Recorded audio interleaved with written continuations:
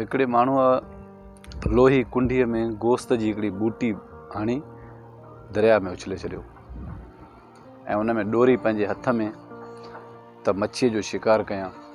जीअं डोरी उन हमरा हेठि उछली पाणीअ में त नंढी मच्छी फौरन डोड़ंदी पई वञे त इन बूटीअ खे खावां। वॾी मच्छीअ हिनखे सम्झायो त तकड़ न कर, इन बूटीअ में अंदरों कांटो आहे, तूं हिनखे चक हणंदे त कांटो तुंहिंजे काकड़े में फासंदो ऐं ॿाहिरि जेको शिकारी वेठो आहे उनखे सॼी कॾहिं ॿाहिरि कढंदो ऐं तोखे ॾहनि आङुरियुनि वारा इंसान, 32 ॾंदनि वारा इंसान गरम कढ़ाई में तेल करे मसाला मिर्च विझी तोखे ईअं खाई वेंदा, तोखे ख़बर बि न पवंदी।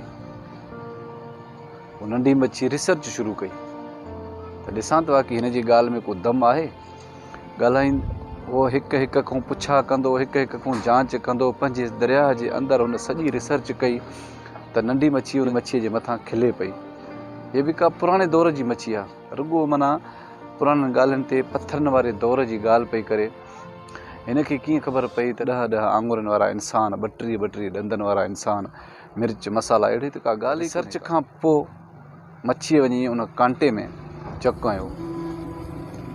कांटे में जीअं चक हईं त उहो कुंडी जेका आहे त उनजे काकड़े में फाथी।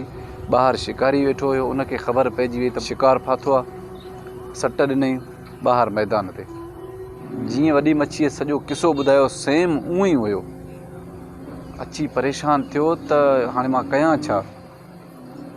हाणे वॾी मच्छीअ जूं ॻाल्हियूं उनखे यादि पियूं अचनि त वाक़ई 10 आङुरियुनि वारा इंसान, गरम तेल जी कढ़ाई, मिर्च मसाला ऐं 32 ॾंदनि वारा इंसान खाई तबाह करे छॾियूं। हिनखे मच्छीअ जी ॻाल्हि बि यादि अची वई त वाक़ई उन मूंखे चयो हो त तूं जॾहिं ॿाहिरि निकिरंदीअ त वरी तूं वापसि न अची सघंदीअ। दोस्तो, हिन कहाणी मां असांखे इहो हिकिड़ो वॾो सबक़ु थो मिले त असांजे अंबियानि, असांजे वलीअनि इहे असांखे किसा ॿुधाईंदा अचनि था त मौत जो मंज़र छा आहे। जेको बि इंसानु हितां वञे थो त वरी वापसि कॾहिं बि न ईंदो। ऐं जंहिं माण्हूअ वलीअनि जा, बुज़ुर्गनि जा किसा ॿुधा ऐं उन ते अमल कयूं त उहे बची विया। कुझु माण्हू रिसर्च में लॻी विया त वाक़ई ईअं आहे या न। रिसर्च करण में बि उन्हनि खे देरि थी वञे ऐं जॾहिं कुंडी में फासनि था त वापसी उन्हनि जी आहे ई कोन ऐं वञी मौत जो शिकार था थियनि ऐं गुनाहनि जो शिकार था थियनि ऐं हितां जो को बि समर उनखे साण न हूंदो आहे। हितां वियो त मोटंदो असुलु कोन ऐं उनखे पंहिंजी रिसर्च बि कमु कोन ईंदी। अगरि मुंहिंजो पैगाम पसंदि अचे त शेयर ज़रूरु कजो। अल्लाह निगहबान।